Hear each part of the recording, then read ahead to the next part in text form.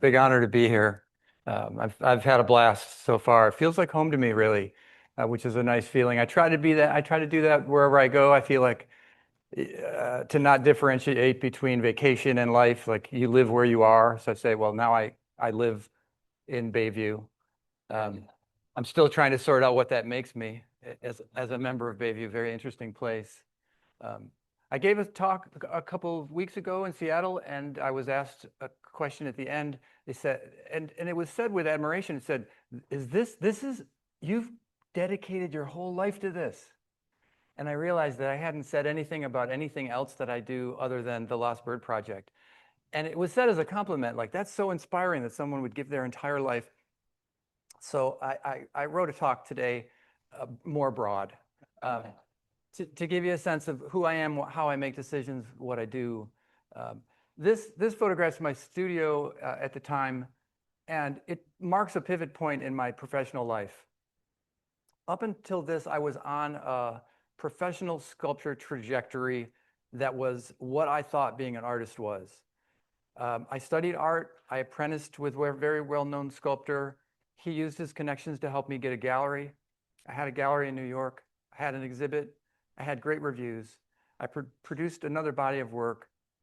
The gallerist said it didn't really look like the signature work of the last show. Could I work more in the direction I was heading?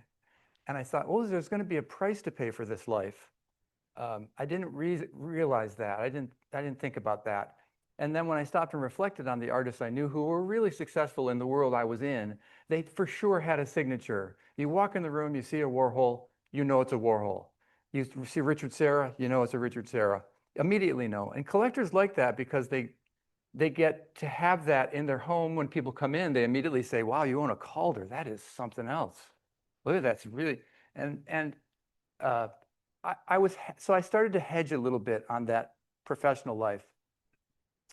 I was working on a sculpture of an abstraction like the work I had been working on that was based on the form of a duck, a preening duck. And while I was working on that, I was handed a book. I wish I could remember who gave it to me. It's Chris Kokinos's book, Hope is the Thing with Feathers, and that was featured in the film last night.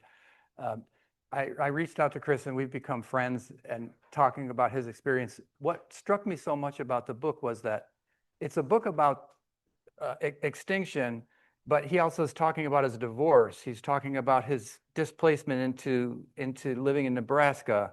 He's weaving his personal life into the work that made it not so much informational. So I'm going to say, I'm going to spend a second on information. I found that really moving and difficult that he did that. And since then, I've become really interested in the difference between experiences and information and what it is that changes people and affects change. There was this remarkable study out of Stanford where they brought people into a room who had very opposite views on issues, and they did a number of issues, and they'd bring in an expert to speak on the subject, which should have led to a definitive, wow, with that information, I now agree with these other people. Because it's clear the scholar is telling us what they think. So they polled people on the way in, they polled them on the way out. After the scholar spoke, they were more solid in their positions that they brought to the table. It added to the divide. It didn't act to bridge the divide. So what's amazing to me about that is that the sort of application of reason, the application of information, you would think it'd be persuasive. I'm convinced it's not particularly persuasive. That experience is persuasive. You need to offer experiences that don't have an agenda, but offer a way into a deeper thinking, a deeper feeling about a subject. So I started working on the Lost Bird Project from that first duck, reading Chris's book, and quickly I realized that it was becoming a Labrador duck. And once it became a Labrador duck, I knew it had to go to the place where the duck was last seen in the wild, which was not far from my home in Rochester, New York. So I went through that effort to install it. And then I just didn't stop. And not only did I not stop on the Lost Bird Project, I didn't stop on the new trajectory of a professional life that was not signature, not particularly gallery focused, not particularly curatorial focused, but public facing and varied. And I've never looked back and I've never regretted it. It's just been, yay. Oh, that's nice to say. Thank you. Um, so this is the second stage of all these sculptures. I make them originally in clay, small. You can see the life-size ones. And then I made them large in the plaster. And then later in this slide presentation, I'll show you some pictures of the process beyond this point. In my studio right now, I'm working a little bit more on what I think of as hope. This is a painting that I made. It's 5 foot square. I make these paintings by blowing the pigment onto the paper. So I rarely touch the paper. I blow pigment using a little atomizer. And this is a portrait of the Atlas butterfly from Central Florida, which was thought to be extinct. Few were found, few eggs were collected, a lot of plants were planted, a lot of butterflies were fostered in captivity, a lot were released. There's about 20,000 of them now in Central Florida. And it's so nice to be able to tell that kind of story in the context of extinction. I also had shoulder surgery recently, and this allowed me, I could lift my, part of the reason I'm spraying is I have a little atomizer I blow through. I don't need to use my shoulder at all. And then when I tell people that the monarch is on the endangered species list, it usually blows people's minds that they're in such risk that they're on the endangered species list. And it's a great, I think it's a great sort of megafauna for talking about what's at risk and what we can do. Yeah. They're in my studio so far, yeah. I have not shown that. You're the first people to see these. This was a result of that last lecture. And then, of course, we have lost one butterfly. This is the Xerces blue butterfly that had a very small range. It was in the Presidio of San Francisco, and when they built the Presidio military base, they wiped out the dunes, and that was the end for the Xerces blue butterfly.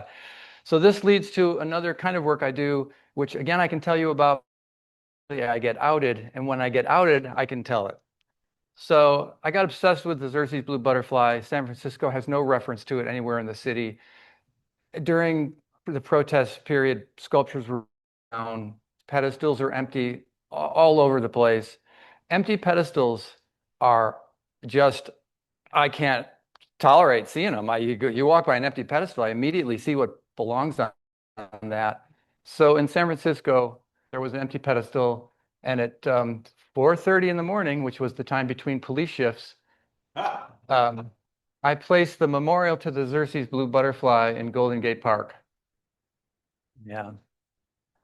It was covertly. Yeah, what's so crazy funny about it is that's me, my shadow. And I was backed up to take a picture, and just as I was to take a picture, a police car turned around the corner and had one of those lights on the dash, and flashed the light and made my shadow on it. I took the picture, and I turned around, and the policeman looked at me, and he said, "Wow, looks good." And a thumbs up. I thought, oh my God. The next day, that guy had to go to work, and somebody inevitably said, "So, 14-foot butterflies in the park? Do you know anything?" I don't know what he would have said because What was on the base? it had Junipero Serra on it. And Junipero Serra was the director of the Mission Project in California. And of course, that's a very fraught history. Fraught is the right word, I think, because it's hard to really get your head around how 75% of the people who lived on those missions worked themselves to death under it was rough. You mentioned the protest era, these things were taken down. What protest era are you talking about? So mostly Black Lives Matters, and near the end of the COVID period. So Is it still up? no, so it was up for a while and got some press, and people came. And I was there the day afterwards, and the national parks, because it's a national park, that makes it a little more risky than others I've done. The national parks people there who do interpretive stuff were directing people to it. So I was there, and I said, "How did you know to come over here?" He said, "Oh, the folks at the ranger station said, come on down. There's a new sculpture they put up." But the hell of the day. It was so great. I think you know at the end of the Raiders of the Lost Ark when I think that's what happened to it. I think it got created and put in a warehouse. I have a friend on the inside, and he claims that it's in art jail somewhere. So this is a similar project, but with a totally different ending. Lewis and Clark. So I live in Portland now, and Lewis and Clark is a huge deal there. You know, the expedition ended at Astoria. They came back to Portland on their way home. There's Lewis and Clark College, Lewis and Clark, you know, national centers. There's all kinds of stuff. Well, Clark, you know, born in Virginia, was born at the same time as a man named York. York was the son of Clark's father's enslaved household. So Clark's father had a slave named York, and his son was also called York. And there's no mention of York in Portland. There's very little mention of York anywhere. There are two good books. There's a brand new book out on Lewis and Clark that tries harder to get a handle on both Sacagawea and York. I learned about York through Stephen Ambrose's book, Undaunted Courage, where he's mentioned, which is also a great book. It's very hard to know much about York because, of course, it's all secondhand. We don't know what he'd look like. We have some descriptions of him. We know that he was a very valued member of the crew. He was very important in negotiating with Native American tribes. He did a lot of the doctoring. He was allowed to carry a gun. When they got to Astoria, the Corps voted to see whether they would stay in Astoria or go back up the Columbia River, and he voted, and they recorded his vote. So he was the first African American to have a vote recorded in the United States. So I made a portrait of York. There's a scholar that has done research on York who lives in Portland. I met with him, and he told me that his sister's name, York's sister's names, pointed to a possible Ghanaian history. So years ago, I'd had a student from Ghana, and I was teaching portrait modeling, and he modeled for me in my class. So I did a portrait of Awore, was his name. I held that portrait for 30 years, and I was on the top of one of the parks in Portland. There was an empty pedestal. And the next night I sat up in bed and I said out loud to my wife, "I know what belongs on Mount Tabor." So I went to work, and that's the portrait of York on Mount Tabor. You can't see the plaque, but there's a plaque that tells his narrative story that the scholar wrote for me. His name is Daryl Milner, and he wrote a brief narrative about York, who he was and what he did. And then again, 4 o'clock in the morning, I made a little cart with wheels and like a rickshaw. And the rickshaw arms were the height of the pedestal. And I was able, with my son and son-in-law, to push the rickshaw arms against the pedestal, stand it up, and it was on a gimbal. That's the benefit of growing up on a boat. It was on a gimbal, so when we pushed it up, it rocked and then pulled it out, and it dropped down on the pedestal. Yeah. And sure enough, the next day, and I thought, I do these things and I think, well, how long is, I'm hoping for a weekend. The outside world heard about it and started to publish about it. And I think it made the Portland world realize something special had happened. It was in the Times, New York Times, the day after it went up.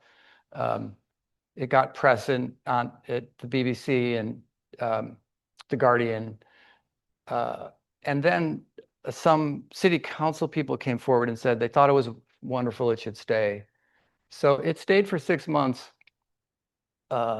It was destroyed by the Patriot Front. I know that because they left graffiti. To the credit of the city, they never said who did it, and they never published photographs of it being destroyed, which I thought was right in a way. But they asked who made it to come forward. So I came forward to the city, and then they asked if I would make a permanent version of it. I said, oh, I don't know. Let me think about it. Um, I did say there were some stipulations. I said I needed to collaborate with another African American scholar that lives in Astoria, who runs a program called Oregon Black Pioneers. So he put together an educational program. He wrote a new plaque. Um, I cast the work in bronze. It's now at the Portland Art Museum, and there's a barcode on it, QR code. And when you go, you can get the QR code, and then you can vote to where you believe it should go permanently. So the community gets to decide. Um, so it's about the nicest. It's the nicest unsanctioned public intervention I've ever done as far as the result. Um, so the other thing I do is work on movies. If you were there last night, that was a film. I had been working on films before that, and what happened was some folks that I worked with decided that the guy holding this microphone boom would be a good subject, because I was doing lots of different things at once and making money doing sound for documentary crews, and that, well, we should, you know, you're a good subject. And I thought, all right, well, we'll give it a try. So they started following my project. This shows two things. One is the poster for the Lost Bird film.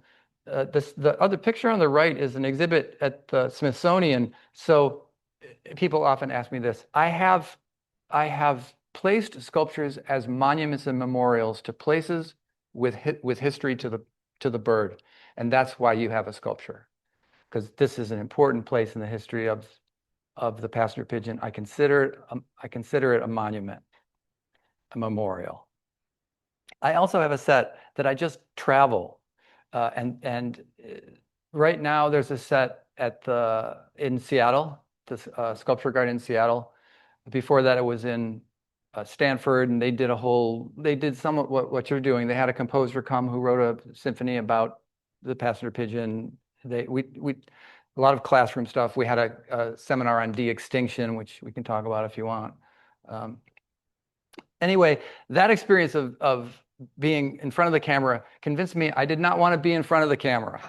I wanted to be on the other side of the camera, and I needed to get a bunch of skills. So I started really going to school on what everyone else on those film crews was doing.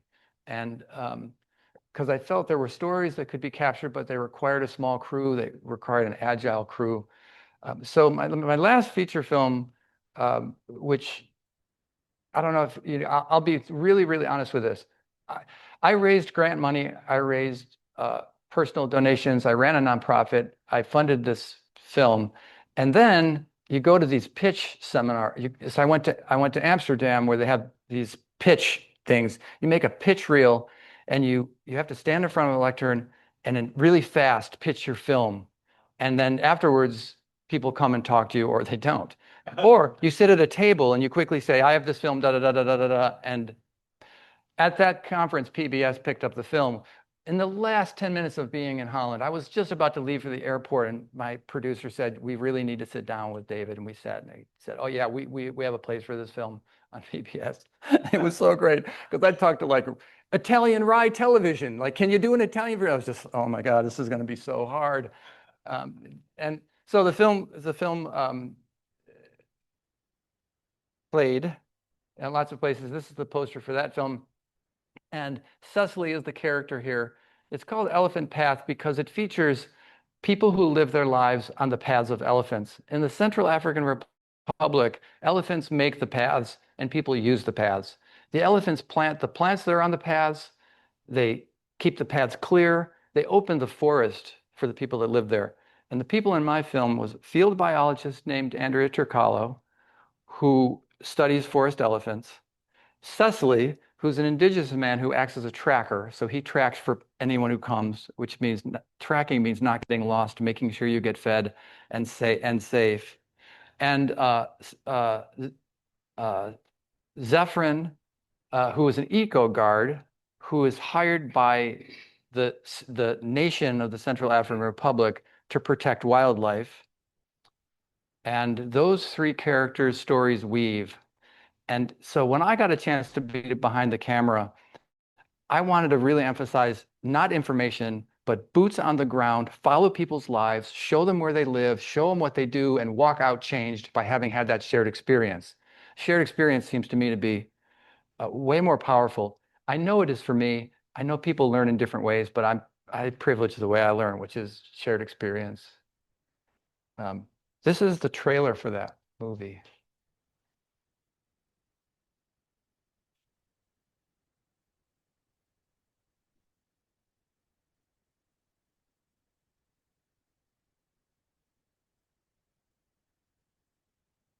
Whoopsie.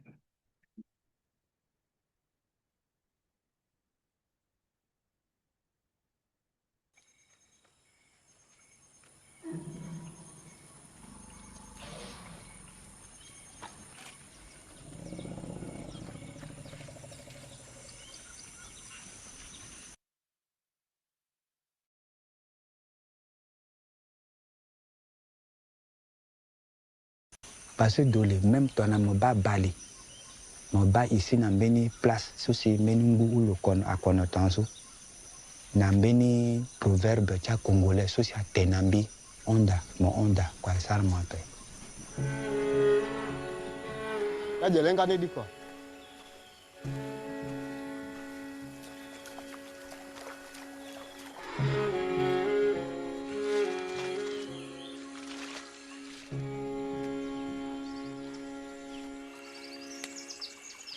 C'est Andrea. C'est qu'à Belanaki. C'est qu'à Belanaki. C'est juste quand même pourtant.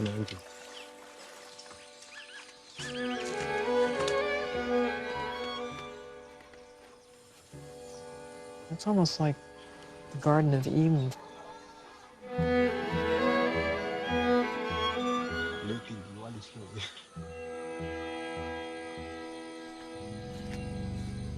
We're like an old married couple in a way. Oh, no, no.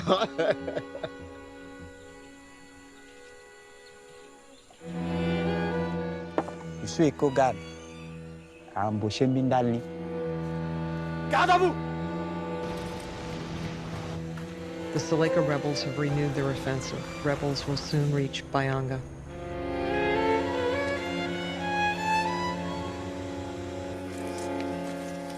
Mais à partir de là, ce qu'on devait un moment à faire du parc soit en main. De mettre un warmona du parc à ce nom en déjeunant. Mtabangali. Bangani, Douani, Kundwa, Nabutu.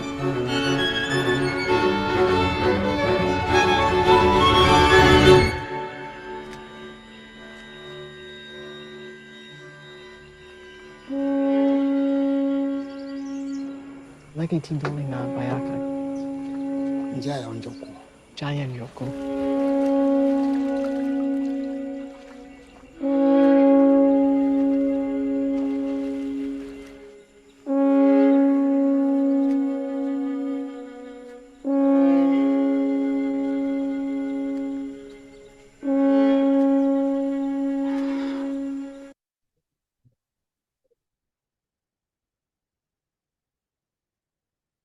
Thank you.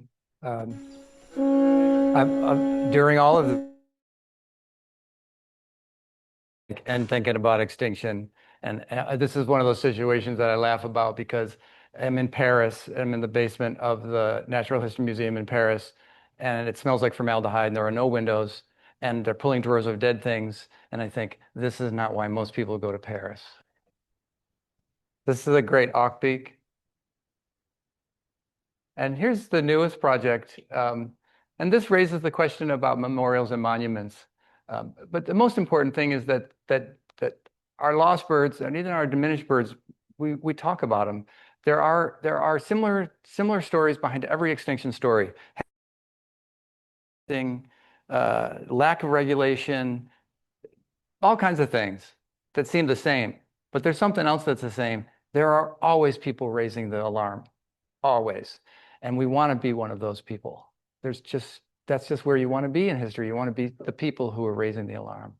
So the ivory-billed woodpecker, if not gone, is so diminished. This is my drawing from the specimen. That was a San Francisco specimen And again, these drawings, I spray ink using the atomizer on clayboard, and I go back and sand the board to get the clean white behind it because they seem sort of frozen in time and space.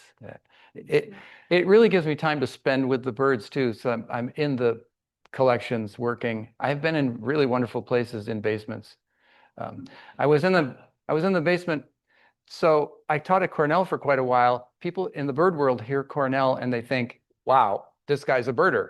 Okay, so that's the expectation. The truth is I don't know that much about birds and I don't know their Latin names. So I'm working in Rome and they're talking to me about birds using the Latin names and I don't know what they're talking about.